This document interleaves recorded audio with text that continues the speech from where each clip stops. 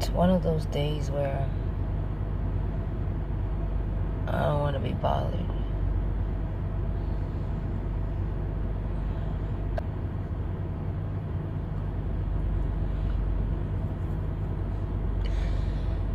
I have good days and I have bad days.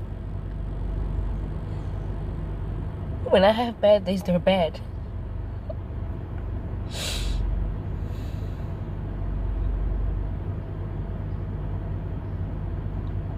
I'm starting to believe that this is gonna be like this every year, especially this time around. I woke up sad. Today was just, and I've been trying to be strong all week. And mind you, I just literally got off a long breakdown that I was having that was not easing up, to fall back, simply because today, July 26th, 2 years ago, was the last time I saw my heaven. Was the last day that we had a conversation. The last day I heard her voice. We laughed together, smiled. The last day that I saw her with her shenanigans, her dancing and all that stuff. The last day that she came home.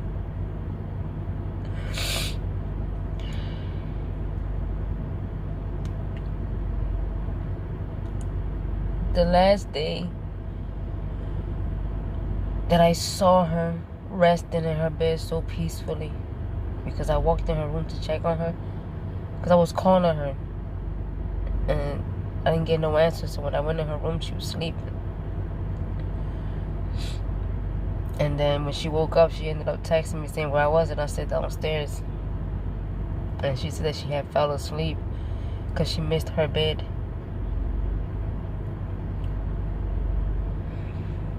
I can't believe it's been 2 years. 2 years without my child.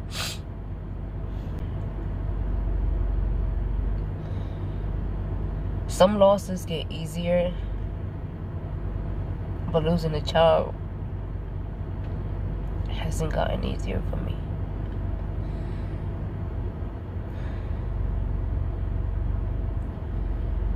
I simply created a daily healing routine for myself to keep my mental state intact and not lose my shit.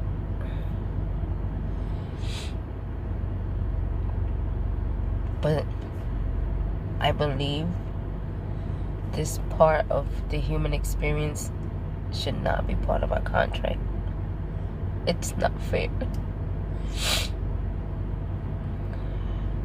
Last week, I was in the mall with Ariela. I was fine. I was having an okay day. I was, blissful. I was just relaxed. Until I'm walking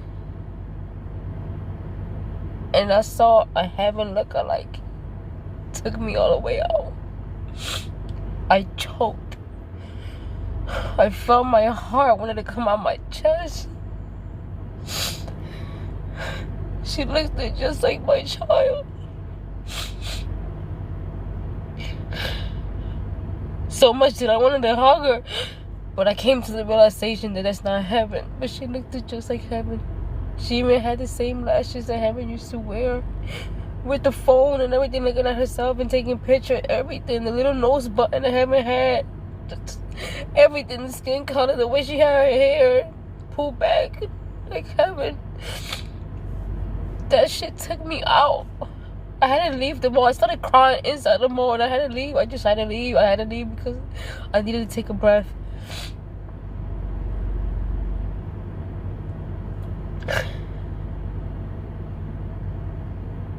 I meditate, I do yoga, I sit in stillness, I sit by the water, I ground myself in nature as much as I can.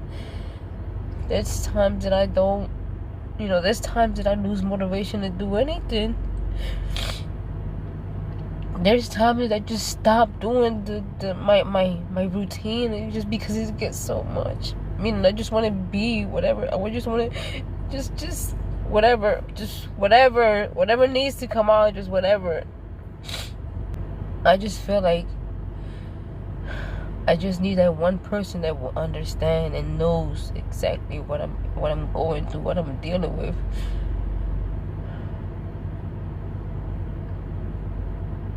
But again, some days are good, some days I'm okay, some days are, chilling. But there are days that are bad. Those days that are bad are just bad. They're just like, I don't want to be bothered by anyone.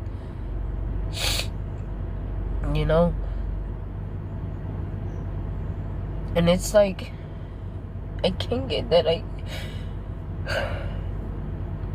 right now it's like 2 years that I have not seen my child. 2 years, like, this can't be. This is just not it. It's not right. So I took a shower, got dressed, and I'm not staying in the house. I'm not staying in this room and just drowning my. No, I'm going the hell outside. And I'm actually waiting for Ariella to come out so we could leave. I can't do this. Like, I can't do this. This is hard. This is painful. This is painful. And I don't want anyone coming to me saying anything that they don't need to say out their fucking mouth. Like, don't tell me you understand when you don't understand because you didn't lose a child. Don't tell me, oh, I lost my mom, I lost my dad, I lost my grand. I don't want to hear none of that shit. I get it. A loss is a loss. But nothing compares to losing a child. So I don't want to hear anybody. I don't want to hear anything because it just pisses me off more.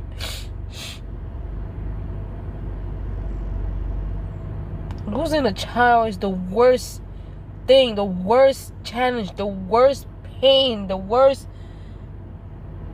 experience we mothers, fathers, but especially mothers, will ever endure in life. It is the worst. There's nothing worse than losing a child or losing your children. There's no greater pain, no worse pain than that.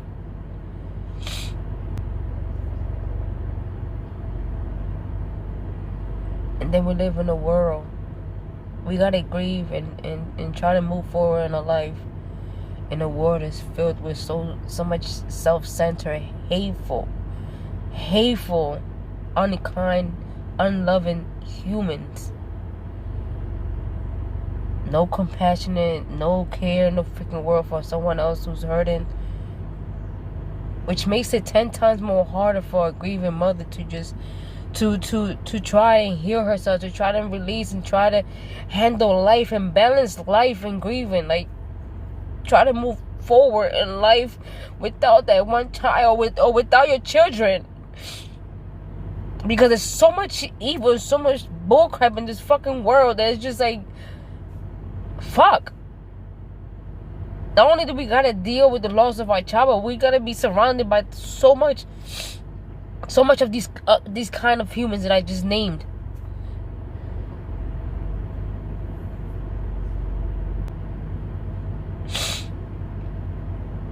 I'm not okay. I'm not okay. I'm not. This is the part of life that I have zero control over. Because I can't even turn back the hands of time and bring her back. I can't even bring her back. And then it's not like we have a countdown, like, oh, 4 or 5 months until my daughter come back home, or a week before we don't have a date. There's no, this is a permanent loss. Like, you lose a child permanently. There's no more ever seeing that child again. When they're gone, they're freaking gone. And it's like, there's nothing you could do to bring them back. There's nothing you could do that just make it all better.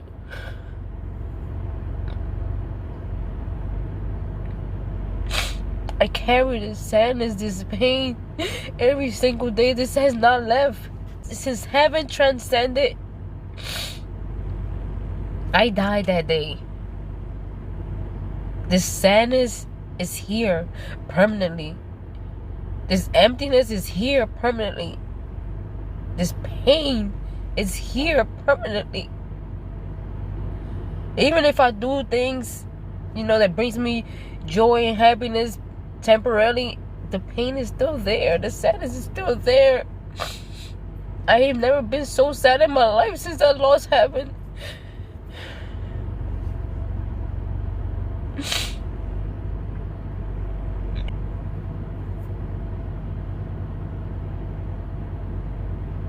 It's okay to not be okay. The purpose of this video is to just, whoever needs this, is going through something, is going through the same thing as me. It's okay to not be okay. You're not obligated to show up for others when you can't even show up for yourself. You're not obligated to hide your feelings and your emotions when you don't need to, or when you don't want to. Take time for yourself. Take as long as you need to heal. That whatever needs healing, whatever needs your attention, you have showed up your entire life for others. Show up for yourself when you need you the most. Give yourself all the love that you so freely gave out and people took for granted. Take care of yourself. You don't owe nobody an explanation for going MIA. You don't owe nobody an explanation for not answering the phone or the text messages.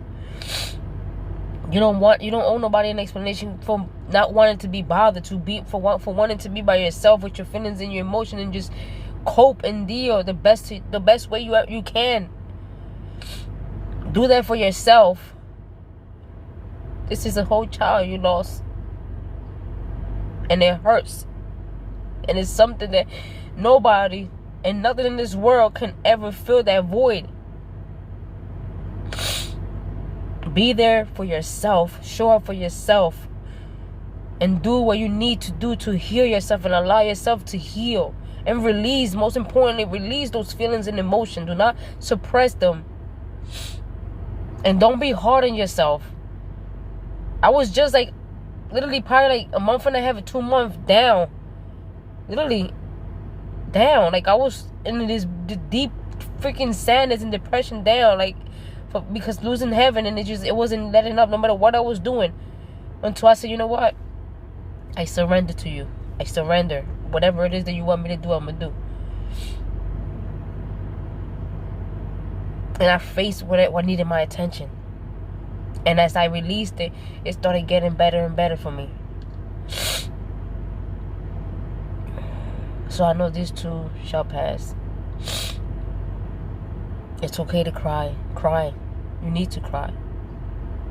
You have to cry. You have to let it out. Suppressing it only makes it worse. Not feeling your feelings, not allowing the pain to be released, only create chaos within your world, inner world.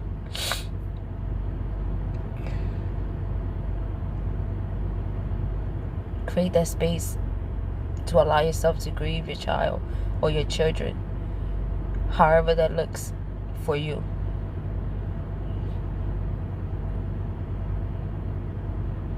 And just show up for yourself. You have zero obligations to the world. You don't have no obligation to nobody else. Make yourself a priority. Make sure you are great. Make sure you are complete. Meaning your peace, your energy is intact, your mental state. You're releasing, you're giving yourself stillness daily. You're taking time, whether it's in the morning and night, or morning and night, or just at night, or just in the morning. Take time for yourself. Check in with yourself, with your body, with your mental. Check in with your spirit. You're grieving. It's okay. Don't rush it. Don't.